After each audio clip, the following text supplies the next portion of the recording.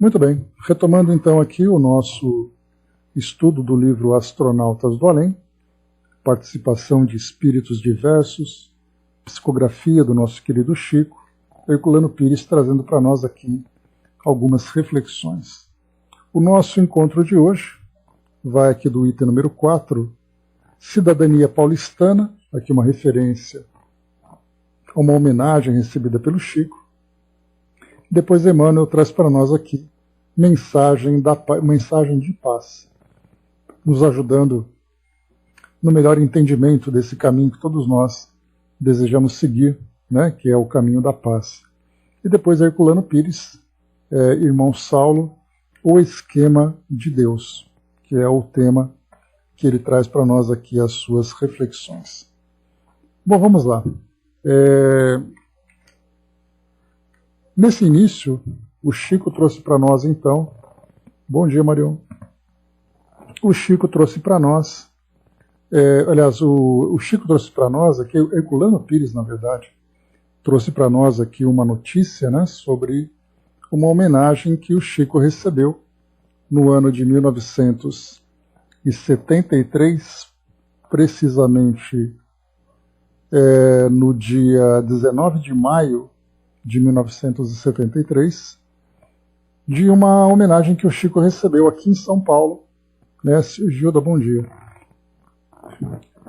de uma homenagem que o Chico recebeu aqui em São Paulo, e diz assim então: a Câmara Municipal de São Paulo outorgou a Francisco Cândido Xavier o título de cidadão paulistano. Escrevemos ao médium felicitando-o e considerando a significação do fato para o Espiritismo, que vem assim obtendo o reconhecimento oficial do seu valor religioso e cultural em nosso país, de maneira inteiramente espontânea. Chico Xavier respondeu com a carta que abaixo transcrevemos em seus tópicos essenciais. Então, essa introdução de Herculano Pires, falando sobre essa homenagem do Chico. A gente vai lembrar, né, Flor de Vênus, bom dia. A gente vai lembrar que em 1971, nos meses de julho e dezembro, o Chico participou aqui em São Paulo, na então TV Tupi, do programa Pinga Fogo, fazendo com que, né, houvesse ali uma audiência sem precedentes na televisão brasileira. Quando então o Espiritismo se tornou mais popularizado. Isso fez com que o Chico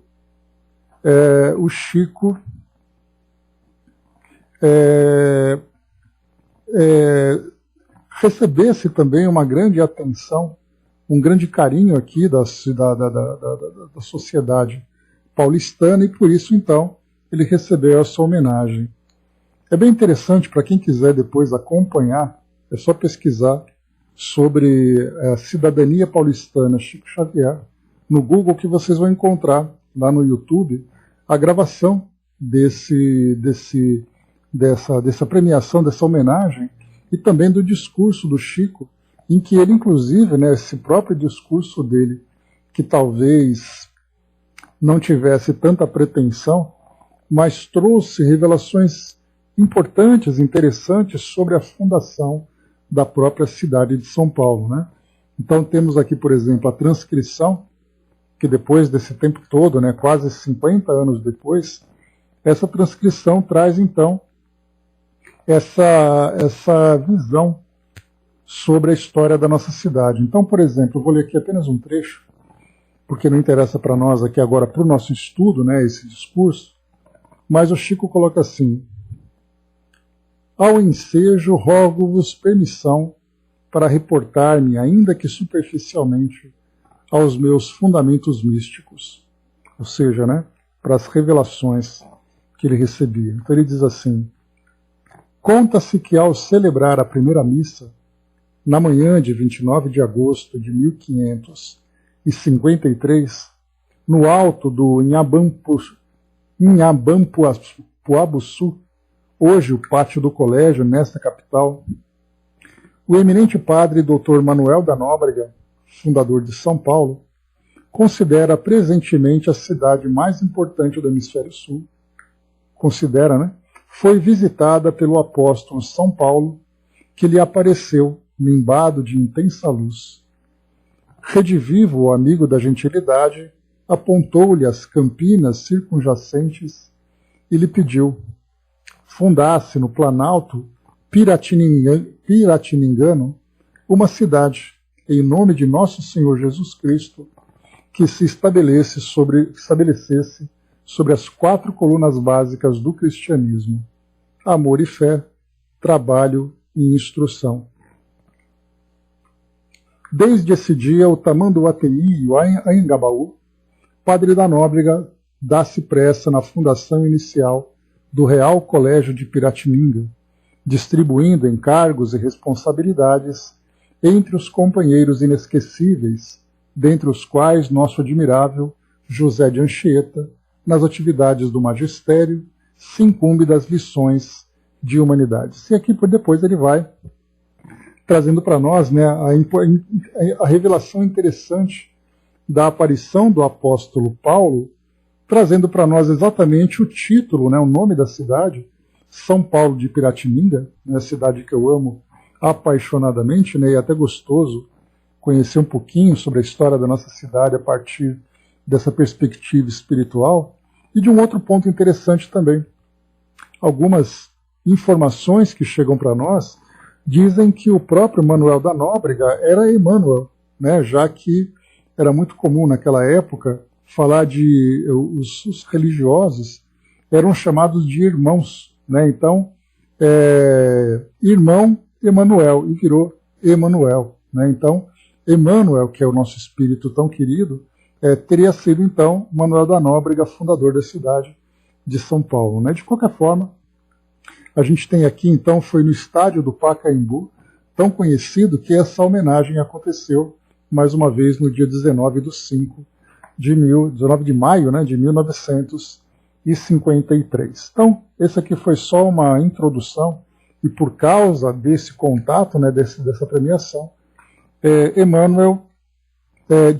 Herculano Pires, então, comentou com o Chico, mandou para ele uma carta de homenagem, e o Chico, então, respondeu com esses tópicos aqui que Herculano separou para nós. Ele diz assim: caro amigo, a sua carta foi para mim uma bênção de reconforto e alegria. Muito grato pelo que me diz com sua bondade de amigo. Sinceramente, nunca fui a qualquer solenidade de caráter espírita com a ideia de estar ali com o meu nome ou supostos méritos pessoais. Sempre tenho ido a essas ocorrências cumprindo um dever para com os nossos princípios, nada mais do que isso. Sempre me sinto, nessas ocorrências, a feição do mais ínfimo empregado de uma organização que estivesse nesses acontecimentos para receber algum documentário, claramente da firma que me engajou em serviço. Apesar disso, a ala dos adversários não se cansa de me escrever, acusando-me de vaidade, de orgulho, de pedantismo e de outras perturbações. Agradeço desse modo as suas benditas palavras, porque as considerações que temos recebido são dedicadas ao Espiritismo e não a mim. E, em verdade, não posso responder com pedradas a essas manifestações de respeito e carinho para com a nossa doutrina. Envio-lhe a mensagem psicografada em nossa reunião pública. Alguns dos visitantes comentaram antes da reunião o problema da paz. Isso acontecia provavelmente em razão dos acontecimentos do Vietnã nos últimos dias, e as opiniões, como sempre sucede, eram as mais variadas. As tarefas começaram e o Livro dos Espíritos nos ofereceu a exame a questão 921 do Livro dos Espíritos, né, surgindo edificantes explanações de parte dos irmãos presentes. Ao término da reunião, o nosso caro Emmanuel escreveu a página Mensagem de Paz. Então, inicialmente aqui, só para a gente poder contextualizar, só um instantinho, lembramos aqui que a Guerra do Vietnã aconteceu entre 1959 e 1975, né, para nós aqui da nossa geração contemporânea, a Guerra do Vietnã ela é retratada a partir dos filmes e documentários, né, que são produzidos para trazer para nós um pouco, né, daquele terrível período, né, um período aqui de 16 anos de uma guerra, né, com tantas pessoas ali com suas vidas destruídas, vidas marcadas por grandes traumas, né? Então, sendo ali já no final, em 1975, 2 anos antes, então, em 1973, nós tivemos, então, essa comunicação pelo assunto, né, pelos jornais, por aquilo que a mídia passava, e as pessoas acabavam levando isso para o centro espírita para poder conversar principalmente à luz do espiritismo. Como, por exemplo, é o que acontece hoje, quando nós temos aqueles conflitos, né, que acontecem na Europa, no Oriente Médio, em outras regiões do mundo, né, na África, por exemplo, em que nós temos ali muitos conflitos, né, com guerras fraticidas, né, irmãos dentro da mesma pátria, irmãos dentro do mesmo continente, se matando, se destruindo em nome da ganância, da ambição, de ideologias bastante desequilibradas, né? Então a gente busca na doutrina espírita, que traz para nós essa visão, a partir dessa perspectiva espiritual, de entendermos, né, de quais são as causas, quais são as consequências, quais são as influências que vão ocorrendo naquele momento. Então levaram, naquele dia, o tema para ser conversado, né, do porquê de uma guerra como aquela. Eis então aqui que eles abriram, né, como foi colocado aqui, abriram o Livro dos Espíritos, vindo à questão 921, que diz assim para nós.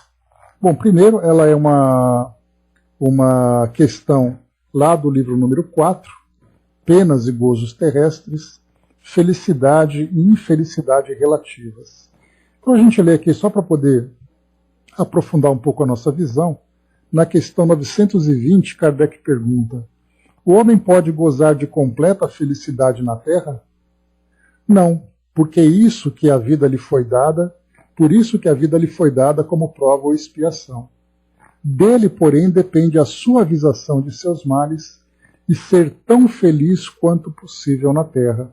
A gente vai lembrar, né, a passagem do Evangelho em que Jesus diz que a felicidade não é deste mundo, e a gente sempre relembra, né, que ela não é deste mundo, mas é aqui que ela é construída, né, porque a felicidade é um processo. E para que ela possa se iniciar, nós precisamos nos transformar, depurando os nossos valores, depurando, né, a nossa própria história, purificando a nossa história, para que essa felicidade seja construída. Então a gente lembra que não é de uma hora para outra que a felicidade simplesmente surge, mas ela vai sendo construída aos poucos. E para ser construída, como acontece, né, na reforma de uma casa, a gente sempre precisa primeiro tirar aquele lixo grosso para depois fazer ali toda a mudança e depois a limpeza. Nós estamos passando exatamente por esse primeiro processo. Na questão 921, que foi a questão lida lá na reunião, Kardec então ele coloca: concebe-se que o homem será feliz quando a humanidade estiver transformada. Mas enquanto isso não se verifica, poderá conseguir uma felicidade relativa? A resposta: o homem é quase sempre o obreiro de sua infelicidade. Praticando a lei de Deus, a muitos males se forrará e proporcionará a si mesmo felicidade tão grande quanto o comporte a sua existência grosseira. Então, primeiro, a gente novamente faz uma referência ao Evangelho segundo o Espiritismo, no capítulo 5º, Bem-aventurados os aflitos, quando Kardec fala sobre as aflições atuais e as aflições anteriores. Seja como for, o homem é sempre responsável pelo caminho que ele vivencia. E por aí, então, porque ele pode não necessariamente criar um estado de felicidade, mas ele pode estar vinculado a pessoas, a circunstâncias que vão, infelizmente, tocá-lo nesse processo de infelicidade. E cabe a ele, então, minimizar, tanto quanto possível, o efeito daquilo tudo que ele vivencia. Porque, como foi colocado para nós, praticando a lei de Deus, e é para isso, naturalmente, ele precisa compreender a lei de Deus, e foi aí que Jesus, então, trouxe para nós, de uma forma tão bem explicada, mas ainda de uma forma não tão profunda, todos os seus ensinamentos, porque cabia ao homem a partir do desenvolvimento da filosofia, a partir do desenvolvimento da sua própria inteligência e também dos seus próprios valores, compreender o significado daqueles ensinamentos. Por exemplo, quando a gente fala sobre o Sermão do Monte, Jesus traz para nós ali uma série de condutas que nós devemos ter para nos afinizarmos com as leis de Deus. Mas como então a gente vai compreender apenas naquele Sermão da Montanha a sua profundidade, sem que nós tenhamos a nossa própria inteligência desenvolvida suficientemente para extrair os ensinamentos mais valiosos, mais substanciais daquela passagem? Então não é simplesmente Jesus sentado no monte, com várias pessoas bastante simples, analfabetas, pessoas que viviam do campo, dos trabalhos manuais mais simples, apenas para sobreviver, trazer ali passagens, né, orientações tão profundas e tão importantes. Né? Pois é, né, Flor? Só que o que depende é de nós entendermos o seu real significado. E para isso nós precisamos de subsídios, para poder entender sobre as bem-aventuranças, né? Sobre a mansuetude, sobre a paz. Para isso nós precisamos realmente nos desenvolver em vários sentidos. Porque naquela época foi dito apenas de uma forma simples. Cabia às gerações seguintes aprofundarem cada vez mais. Bom dia, Brasil. Então, por isso, praticando a lei de Deus, a muitos males se forrará, ou seja, ele se livrará, se desviará de muitos males. E proporcionará a si mesmo felicidade tão grande quanto o comporte a sua grosseira existência. Né? Hoje de manhã, ouvindo música, né, que eu gosto muito de curtir minhas manhãs ouvindo música, me veio, né, uma das músicas bastante conhecidas, né, na década de 1980, que Kiko Zambianchi dizia, né, se um dia eu pudesse ver meu passado inteiro e fizesse parar de chover nos primeiros erros, aí meu corpo viraria sol, minha mente viraria sol, mas só chove, chove. Nessa estrofe mostra bastante isso, né? Se nós pudéssemos olhar o nosso passado e mudar as nossas atitudes, deixaria de chover sobre nós, no sentido da dor, da tristeza, nosso corpo viraria sol, nossa mente viraria sol, no significado de conquistarmos a nossa felicidade. Mas só chove, chove. E por que só chove, chove? Porque nós continuamos insistindo nos mesmos erros, nas mesmas condutas, nas mesmas ideias. Daí, então, a prática da lei de Deus acaba mudando essa nossa conduta, fazendo com que pare de chover e o sol volte a brilhar, ou passe a brilhar dentro de nós. Né? Então, isso vai mostrando que realmente depende de cada um de nós essa mudança. E aí a gente vai lembrar aquela passagem atribuída ao Chico, que nós não podemos voltar atrás e fazer um novo começo, mas podemos começar agora e fazer um novo fim. Significa que a nossa história, sem dúvida, ela foi ali uma trajetória de muitos aprendizados, marcados por muitas dores. Mas a partir do momento em que nós estamos nessa condição de termos a nossa inteligência mais desenvolvida e termos essas leis de Deus se apresentando para nós de uma forma tão mais clara e tão mais simples, certamente nós podemos abraçar então essa nova filosofia de vida, lembrando que quando nós falamos em filosofia de vida, nós falamos numa filosofia que vai nortear as nossas ações. E a gente já conversou outras vezes, né? Quais seriam as melhores filosofias de vida? São aquelas filosofias que trazem para nós felicidade. Então a filosofia de vida não é simplesmente uma religião, porque nós fazemos uma separação. A religião é aquilo que me conecta com Deus. E o modo como eu vivo é aquilo que eu acredito que vai me fazer feliz. E nós não entendemos que adotarmos uma filosofia espiritualista e adotarmos uma filosofia de vida, as duas devem ter o mesmo objetivo. Daí então aquilo que eu utilizo como o desenvolvimento, como uma filosofia que me auxilia no meu desenvolvimento espiritual, eu tenho que aplicar isso na minha vida cotidiana. Daí então nós adotamos, por exemplo, a doutrina espírita como uma filosofia de vida, em que eu me desenvolvo espiritualmente através do exercício diário dos seus valores e das suas práticas. Daí então a gente vai sendo tão feliz quanto possível, conforme a gente vai se distanciando das nossas imperfeições, dos nossos vícios, das nossas fraquezas, fazendo isso fortalecendo o nosso caráter. É engraçado, né? Essa música de manhã, quando eu ouvi, e eu não costumo prestar muita atenção nas letras, né? Mas de repente eu prestei atenção e comecei a cantar mentalmente, né? Porque ela praticamente fica gravada na nossa memória depois de tanto tempo ouvindo essas músicas. E aí então nesse verso me pegou, eu falei, puxa vida, olha a profundidade. De repente aquele compositor, né, escreveu esse verso, nem tinha tanta pretensão de falar algo tão profundo. Mas aí eu percebi que a doutrina espírita fala isso para nós. Que nós olhamos para trás e vamos vivendo de uma forma equivocada e passamos agora, dependendo da nossa vontade e dos nossos esforços, a viver de um modo diferente. Para fazer exatamente com que esse sol passe a brilhar dentro de nós, passe a brilhar na nossa mente, que significa exatamente o brilho da própria felicidade. Bacana, né? Achei bem interessante. Mas vamos lá. Kardec faz o seguinte comentário a respeito dessa questão. Ele diz assim: aquele que se acha bem compenetrado de seu destino não vê na vida corporal mais do que uma estação temporária, uma como parada momentânea em péssima hospedaria. Facilmente se consola de alguns aborrecimentos passageiros de uma viagem que o levará a tanto melhor posição, quanto melhor tenha cuidado dos preparativos para empreendê-la. Já nessa vida somos punidos pelas infrações que cometemos das leis que regem a existência corpórea, sofrendo os males consequentes dessas mesmas infrações e dos nossos próprios excessos. Se gradativamente remontarmos à origem do que chamamos as nossas infelicidades terrenas, veremos que, na maioria dos casos, elas são a consequência de um primeiro afastamento nosso do caminho reto.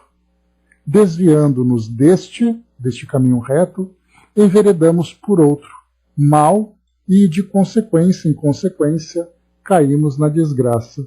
Então é bem isso que Kardec apresenta para nós, lá no O Evangelho segundo o Espiritismo, quando ele fala sobre a origem das nossas dores, das nossas infelicidades. Brás, aqui o cantor é você, Brás, não provoca. Mas muito bem, a partir dessa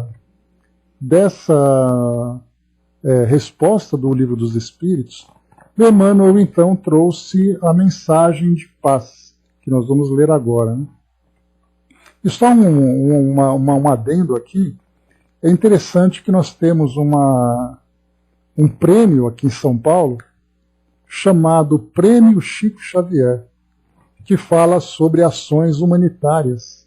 Né? Então é bem bacana a gente ver que o Chico, né, é uma referência na premiação desses trabalhos tão bonitos, né, desses trabalhos tão belos, que para reconhecer as ações dentro da nossa sociedade. Né? Então, aqui em São Paulo nós temos esse prêmio, Prêmio Chico Xavier.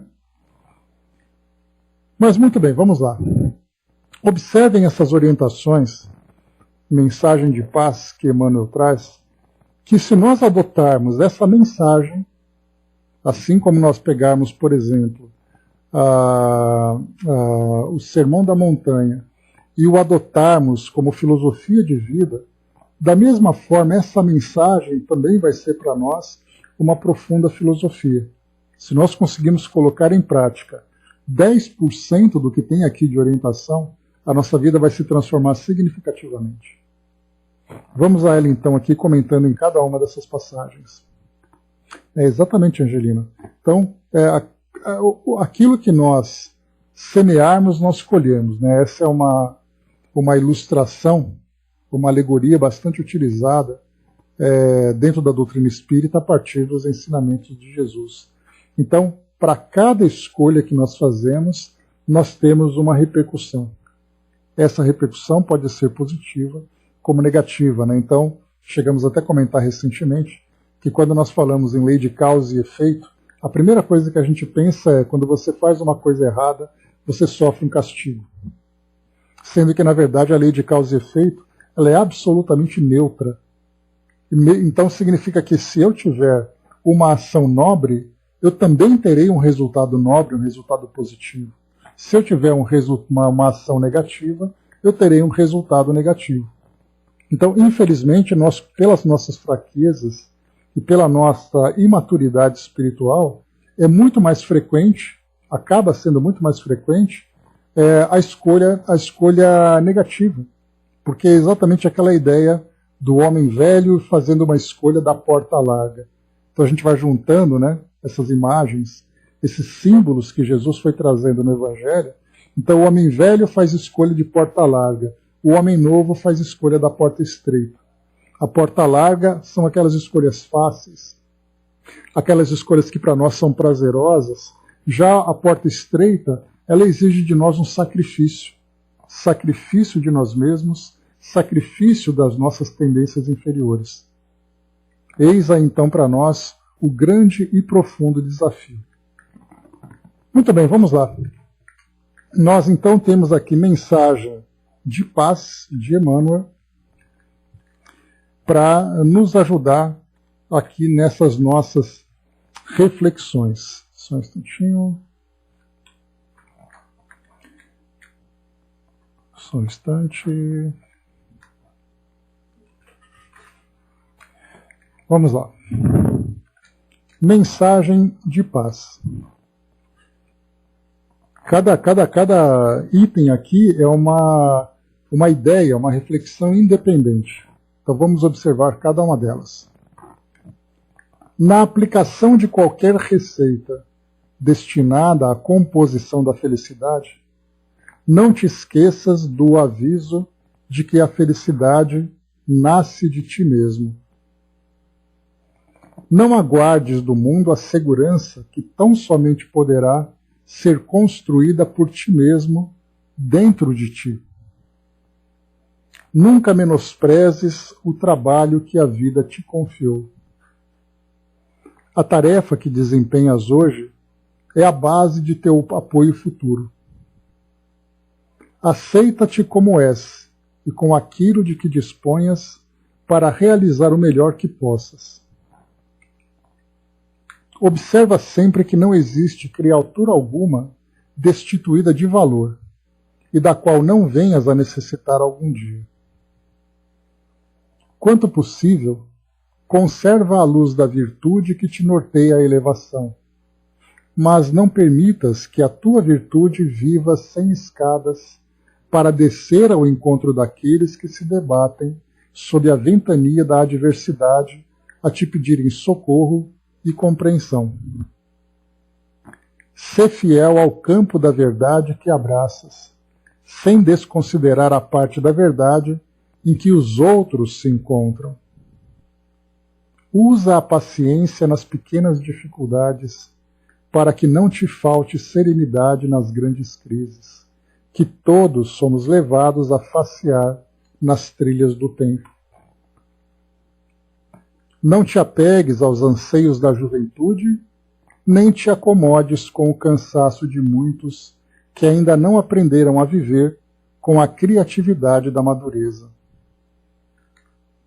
Recorda que até hoje ninguém descobriu o ponto de interação onde termina a fadiga e começa a ociosidade.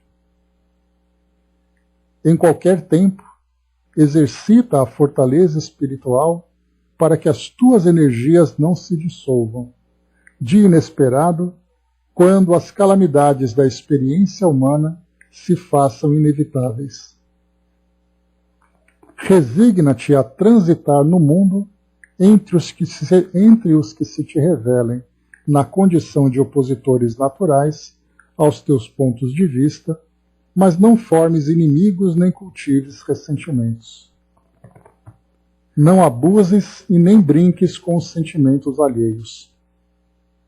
Guarda a tua paz, ainda mesmo nas grandes lutas. Não creias em pessimismo e derrota, solidão e abandono, porque se amas conforme determinam as leis do universo, descobrirás a beleza e a alegria em qualquer circunstância em que a terra, em qualquer parte da terra. Vou ler de novo. Não creias em pessimismo e derrota, solidão e abandono, porque se amas conforme determinam as leis do universo, descobrirás a beleza e a alegria em qualquer circunstância e em qualquer parte da terra. E jamais desesperes, porquanto sejas quem sejas e estejas onde estiveres, ninguém te pode furtar o privilégio da imortalidade e nem te arredar do esquema de Deus. Então aqui é a passagem de Emmanuel, vamos fazer uma passagem rápida aqui sobre cada um desses itens. Então ele começa dizendo para nós que a aplicação de qualquer receita destinada à composição da felicidade, na aplicação, não te esqueças de que do aviso de que a felicidade nasce de ti mesmo. Então a felicidade não é um prêmio, a felicidade não é um presente, a felicidade não é uma concessão, mas ela é uma conquista. E sendo uma conquista, ela depende dos esforços, da vontade, da dedicação de cada um de nós, porquanto ela nasce dentro de nós mesmos. É claro que nós temos sempre aquela ansiedade, aquela expectativa de fazer com que o estado de felicidade nasça dentro de nós de uma hora para outra. E como nós conversamos anteriormente, né, é na verdade um processo de gradual transformação. Porque dia após dia, nós estamos sempre sendo colocados em situações que vão trazer para nós experiências dolorosas, experiências bastante prazerosas para todos nós, prazerosas no sentido do prazer espiritual, não no prazer da terra, no prazer da carne, no prazer do mundo, mas no prazer do espírito. Então nós somos colocados o tempo todo diante dessas vicissitudes, dessas situações que vão se alternando na nossa vida. Mas o importante, fazendo uma conexão entre tudo aquilo que nós vamos lendo e aprendendo, que mesmo diante dessas situações que são para nós, né, situações de grandes tribulações, cabe a nós entendermos, né, do porquê dessa experiência estar acontecendo, do porquê nós estamos vivendo esse aprendizado. E como foi colocado para nós, adiantando aqui em cima, né, num dos aprendizados que nós tivemos aqui, guarda a tua paz ainda mesmo nas grandes lutas. Então, guardar essa paz é parte do processo da construção da felicidade. Não aguardes do mundo a segurança que tão somente poderá ser construída por ti mesmo dentro de ti. Então, essa segurança que fala para nós não é uma segurança material, é a segurança da tranquilidade, é a segurança da harmonia, é a segurança da confiança. Tudo isso é construído por nós mesmos, dentro de nós mesmos. Não adianta nós queremos esperar que os outros nos ofereçam esse estado de tranquilidade se a tranquilidade não existe dentro de nós. E até porque nós temos que lembrar, como já discutimos aqui em várias outras situações, que todos nós no mundo esperamos esse estado de felicidade. Todos, sem exceção. Cada um tem ali o seu próprio entendimento do que é a felicidade. Para alguns, a felicidade é viver prazeres do mundo. Para outros, a felicidade é você exercer o poder sobre os outros. Para outros, a felicidade é a construção da paz dentro de si mesmo. Cada um tem ali a sua própria expectativa com relação a essa felicidade, com relação a essa segurança. Só que o problema é exatamente dessa ilusão que nós temos de que o mundo vai nos oferecer o estado de paz e de felicidade. Só que da mesma forma que eu espero também esse estado de felicidade que o outro pode me proporcionar, esse outro também espera de mim que eu faça isso por ele. Ou seja, a gente sempre deposita nas mãos dos outros a responsabilidade de nos fazerem felizes. Sendo que, na verdade, cabe a nós mesmos, individualmente, a construção da felicidade interior.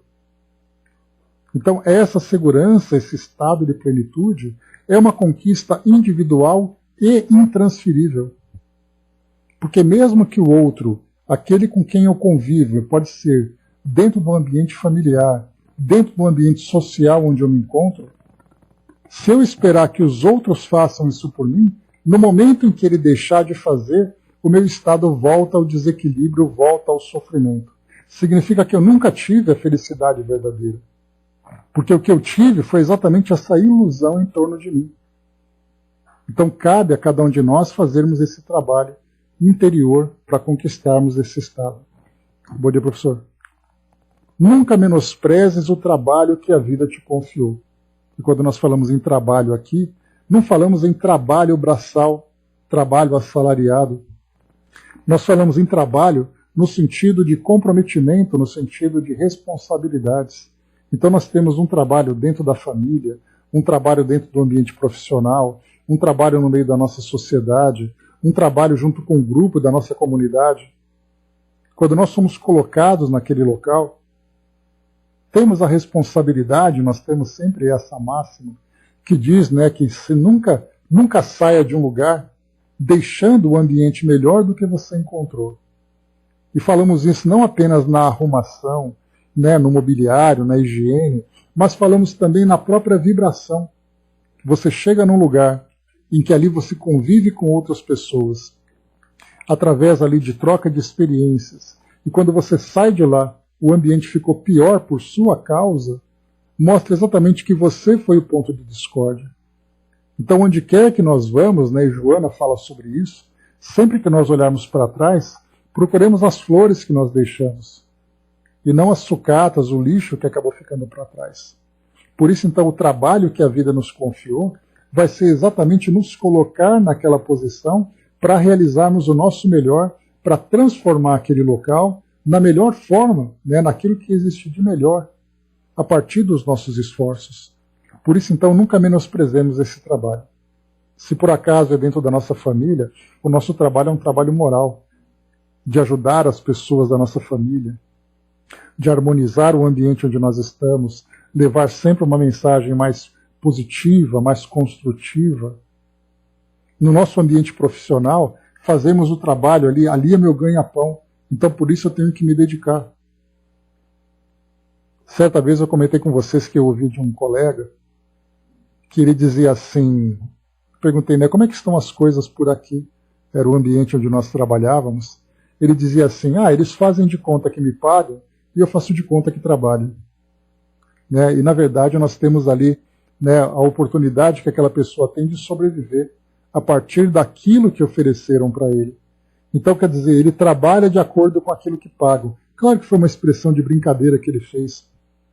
Mas quantas e quantas pessoas se comportam dessa forma, pensam dessa forma, que é um pensamento que, embora de brincadeira, é um pensamento bastante triste, bastante infeliz.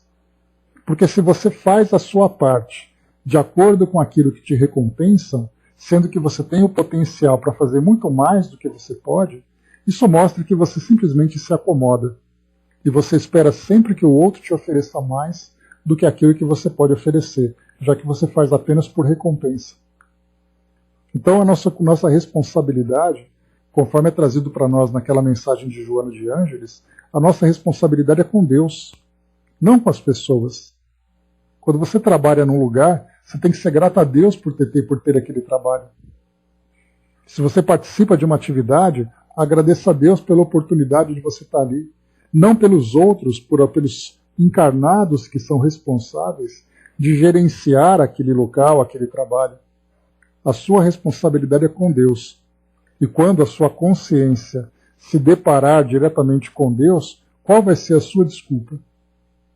Mas eu não quis trabalhar, mas fui eu que te dei aquele trabalho. Então quer dizer que você está me enganando por aquilo que eu te ofereci? Poderia dizer Deus, né? Então nunca menosprezemos o trabalho que a vida nos confiou. Aproveitemos sempre aquilo que nós temos de melhor. Se nós temos oportunidade, se nós temos capacidade e se nós temos vontade, nós temos que investir aquilo que nós temos de melhor, onde quer que nós estejamos. Aliás, esse é meu lema, né? A tarefa que desempenhas hoje é a base do teu apoio futuro. Então é a mesma coisa, né? Cada tarefa que nós desempenhamos, nós estamos semeando para a colheita futura. E naquela tarefa que nós negligenciamos, nós estamos também negligenciando o plantio. E depois nós não podemos reclamar da colheita que nós teremos. Essas duas mensagens estão muito ligadas, né? Depois coloca para nós: aceita-te como és, e com aquilo de que disponhas para realizar o melhor que possas. Tem até uma mensagem de Hamed, se eu não me engano, que ele fala para nós. Eu vou até pegar aqui, porque é tão bacana essa mensagem, que eu acho que vale a pena a gente lê-la na íntegra. Só um instantinho que estou abrindo aqui os meus alfarrábios. Aqui, só um instante. Que vocês já conhecem, inclusive. Está aqui a mensagem de Hamed chamado Reprogramação. Ela foi publicada no livro Um Modo de Entender, Uma Nova Forma de Viver. Nasceste no lar que precisavas. Vestiste o corpo físico que merecias. Moras onde melhor Deus te proporcionou, de acordo com o teu adiantamento. Possuis os recursos financeiros coerentes com as tuas necessidades, nem mais nem menos, mas o justo para as tuas lutas terrenas. Teu ambiente de trabalho é o que elegeste espontaneamente para a tua realização. Teus parentes, amigos, são as almas que atraístes com a tua própria afinidade. Portanto, teu destino está constantemente sob seu controle. Tu escolhes, recolhes, eleges, atraes, buscas, expulsas, modificas tudo aquilo que te rodeia a existência. Teus pensamentos e vontades são a chave de teus atos e atitudes. São as fontes de atração e repulsão na tua jornada vivência. Não reclames nem te faças de vítima. Antes de tudo, analisa e observa. A mudança está em tuas mãos. Reprograme tua meta, busque o bem e viverás melhor. Então essa mensagem, ela ilustra exatamente essa passagem. Aceita-te como és e com aquilo de que disponhas para realizar o melhor que possas. Então, quer dizer, a vida que nós temos hoje é a vida que nós mesmos construímos. Então, aceitemos a vida como é. E se você deseja fazer com que ela seja melhor, será exatamente isso, né? Não menosprezar o trabalho que a vida nos confiou, e a tarefa que nós fazemos hoje vai ser a base do nosso apoio futuro. Portanto, se tudo aquilo que nós começamos, nós temos ali a obrigação moral de fazer com que essa tarefa se torne melhor ainda depois que nós chegamos, a vida é uma grande tarefa para todos nós. Depois ele coloca também aqui, estou fazendo uma passagem rápida para cada um dos itens, para que a gente possa aproveitar cada um deles, né? Observa sempre que não existe criatura alguma destituída de valor, e da qual não venhas a necessitar um dia. Então é sempre aquela ideia, né, que mesmo que nós encontremos uma pessoa que para nós tenha pouca importância nesse momento da nossa existência, nunca desdenhamos dessa pessoa e desse encontro, porque muitas vezes no futuro pode ser ela, numa condição diferente da atual, que pode nos estender a mão, ou mesmo na condição atual em que ela se encontra. Nós nunca sabemos o que a vida vai nos reservar. E mesmo que não seja aquela pessoa, talvez seja outra na mesma condição. Porque o que nós desprezamos não são as pessoas, são as representações que elas têm aqui no nosso mundo.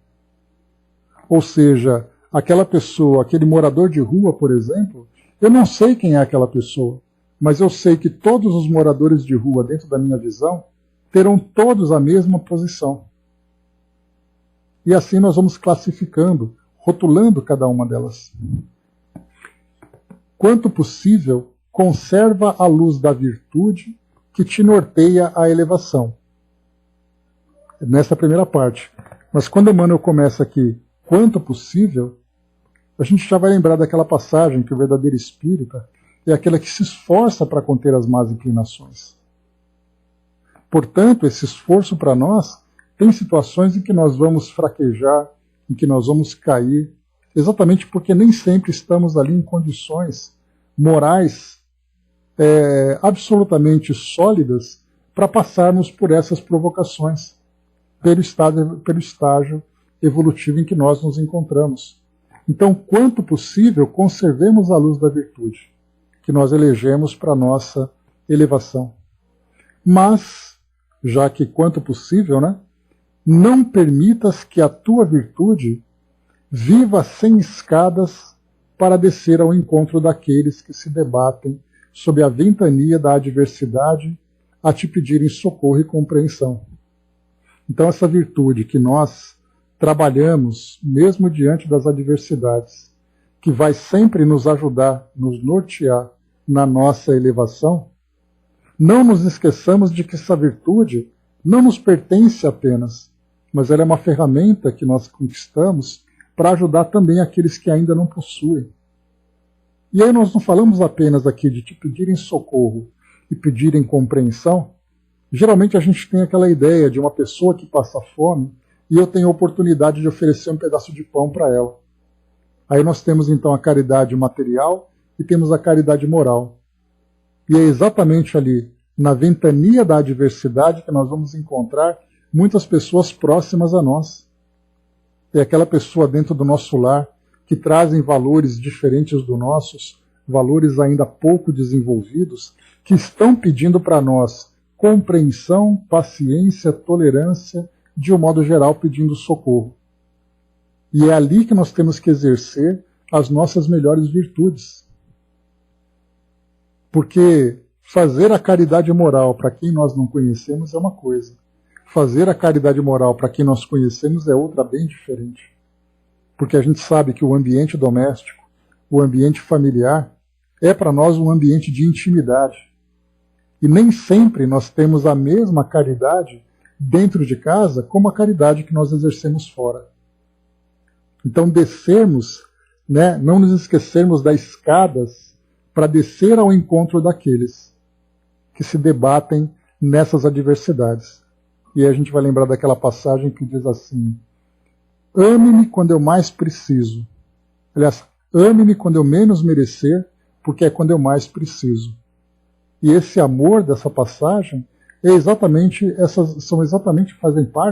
faz parte exatamente dessas virtudes que nós estamos desenvolvendo. Ser fiel ao campo da verdade que abraças, sem desconsiderar a parte da verdade em que os outros se encontram.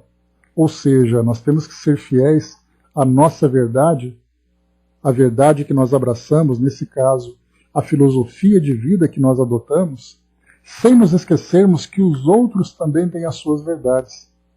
Nós tivemos um longo caminho percorrido para chegarmos aqui naquilo que nós somos hoje. E as pessoas, diferentemente de nós, também estão percorrendo os seus caminhos e também elegeram verdades para nortearem as suas ideias, as suas opiniões e seus sentimentos.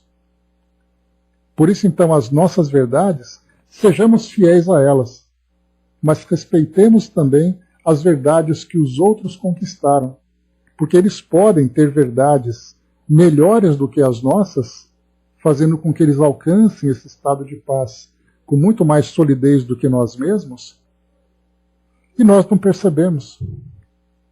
Então cada um tem a sua verdade, desde que essa verdade seja legítima, seja respeitosa e conduza a cada um de nós para esse caminho de felicidade, nós devemos respeitá-la.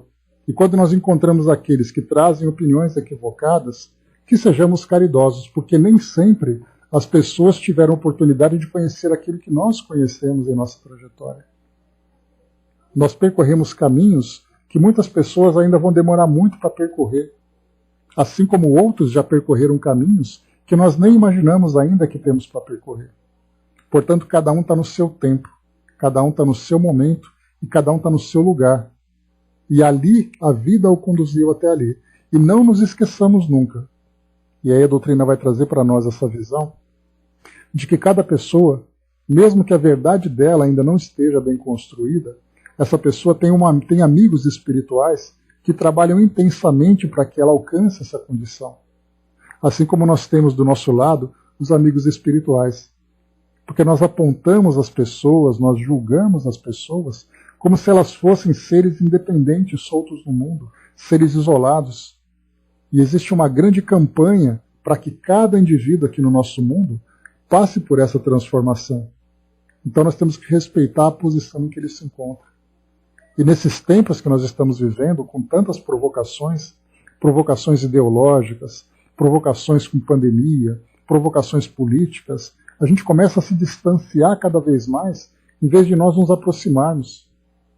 E aquilo que a gente sempre comenta, né? Nós nos observamos muito mais pelas nossas diferenças do que pelas nossas semelhanças. E observarmos essas diferenças vem exatamente por causa do orgulho que nós temos, do egoísmo de acharmos que as nossas verdades são melhores que as verdades dos outros. Procuremos os pontos comuns. Se todos nós, enquanto humanidade, procurássemos essas semelhanças, o nosso mundo se transformaria radicalmente e de uma forma muito rápida. Mas infelizmente nós nos distanciamos. É exatamente ali as opiniões que são diferentes.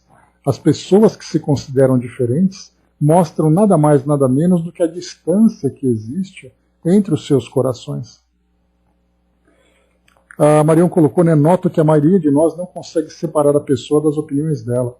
Ou seja, né, frente a uma opinião contrária, já colocamos ela de lado, já gostamos menos dela. Exatamente porque vemos as diferenças, né, Marion? Se nós procurarmos as semelhanças, certamente nós nos aproximaremos com muito mais facilidade. A Angelina colocou, né, mas existem pessoas que não tiveram conhecimento, mesmo assim são dóceis. Quer dizer, pode não ter tido conhecimento técnico nessa encarnação, mas essa docilidade, né, Angelina, é uma conquista. Porque elas viveram experiências diferentes no passado que fizeram com que elas se tornassem assim hoje. Então cada um tem ali o seu tempo e temos que respeitar isso. Rapidamente aqui para a gente poder finalizar. Use a paciência nas pequenas dificuldades para que não te falte serenidade nas grandes crises, que todos somos levados a facear nas trilhas do tempo. Ou seja, a paciência deve ser exercitada constantemente e essa passagem de Emmanuel ela é bastante didática. Vamos treinar a paciência naquilo que é fácil, para que quando nós estivermos bem treinados e vierem as grandes adversidades, nós tenhamos já essa paciência desenvolvida em nós. Não queiramos enfrentar aquilo que existe de mais difícil, acreditando, né, que a nossa vida não tem nenhum processo de aprendizagem para nós. Então observemos muito isso, essa sabedoria de aproveitarmos cada momento para desenvolvermos as nossas virtudes. Não te apegues aos anseios da juventude, nem te acomodes com o cansaço de muitos que ainda não aprenderam a viver com a criatividade da madureza. Então, existem ali os anseios da juventude, aquela energia toda dentro de nós, e o cansaço da madureza. Então nós temos que aprender a nos transformar, a vivenciar bem cada momento da nossa vida. Infelizmente nós não vemos isso, né? Vemos aqueles que gastam todas as energias, todas as potencialidades durante a juventude e depois se acomodam quando chega a madureza. Quantas e quantas pessoas, quando chegam nesse estágio da vida mais avançado, simplesmente param e esperam o tempo correr. E não percebem que poderiam, mudando com criatividade, fazendo novas atividades, aproveitando melhor o tempo, beneficiando-se e beneficiando aqueles que estão juntos. Então nós temos que viver com sabedoria. E nós temos, né, essas grandes referências para nós hoje, como a gente sempre comenta, né, Chico, Divaldo, Gandhi, Madre Teresa, que viveram intensamente na juventude com as suas tarefas, com os seus trabalhos, e depois, avançando para 80, 90 anos, quase 100 anos de idade, continuam trabalhando da mesma forma dentro daquilo que conseguem fazer. mas começam então a trabalhar isso de uma forma muito mais sábia. Ou seja, você troca a força física, a energia física, pela sabedoria. E da mesma forma continua produzindo. Recorda que até hoje ninguém descobriu o ponto de interação onde termina a fadiga e começa a ociosidade. Então é muito importante a gente perceber, saber economizar a nossa energia, saber dosar os nossos esforços, para evitar que a fadiga, que é o cansaço, se transforme em ociosidade, para dizer, eu estou muito cansado para trabalhar, já trabalhei demais na minha vida. Então temos que ter essa sabedoria também. Em tempo qualquer, em qualquer tempo, exercita a fortaleza espiritual, para que as tuas energias não se dissolvam de inesperado quando as calamidades da experiência humana se façam inevitáveis. Então, exercitar a fortaleza espiritual, que é lá em cima que nós vimos fortalecer exatamente as nossas virtudes o tempo todo. Onde quer que nós estejamos, com quem nós estivermos, seja lá fazendo o que nós estivermos fazendo, façamos sempre com muita sabedoria. Façamos muito, com muita determinação, aplicando os nossos melhores valores, porque através desse exercício constante, da mesma forma que a paciência, que foi trazida para nós lá acima, nós temos que exercitar o tempo todo, porque nas grandes provações é essa fortaleza que vai nos sustentar. Resigna-te a transitar no mundo entre os que se te revelem na condição de opositores naturais aos teus pontos de vista, mas não formes inimigos, nem cultives ressentimentos. Nós vamos transitar pelo mundo esbarrando em pessoas que pensam diferente de nós, que nem sempre trazem simpatia pelas nossas ideias, ou mesmo pela nossa própria personalidade. Se nós tivermos sabedoria para transitar entre essas pessoas, sem criar inimigos, nós teremos uma trajetória muito tranquila. Agora, quando nós procuramos no mundo somente aqueles por quem nós temos simpatia e acabamos, infelizmente, alimentando inimizades, a nossa vida vai ser uma eterna infelicidade, vai ser um eterno tormento. Se nós desejamos viver a felicidade dentro de nós, como é que nós conseguimos fazer isso semeando discórdia por onde nós passamos? Não abuses nem brinques com os sentimentos alheios. Já fala de tudo, né? E sentimentos de todas as formas, não apenas sentimento afetivo. Sentimentos alheios, né? É aquele sentimento de harmonia, de paz, de tranquilidade, de alegria. Quantas e quantas vezes nós roubamos a tranquilidade dos outros, a felicidade dos outros com comentários infelizes, com críticas, com assuntos destrutivos. Guarda a tua paz, ainda mesmo nas grandes lutas, já falamos. Não creias em pessimismo e derrota, solidão e abandono, porque se amas conforme determinam as leis do universo, descobrirás a beleza e a alegria em qualquer circunstância e em qualquer parte da terra. Então, derrota, pessimismo, solidão e abandono são sentimentos autodestrutivos.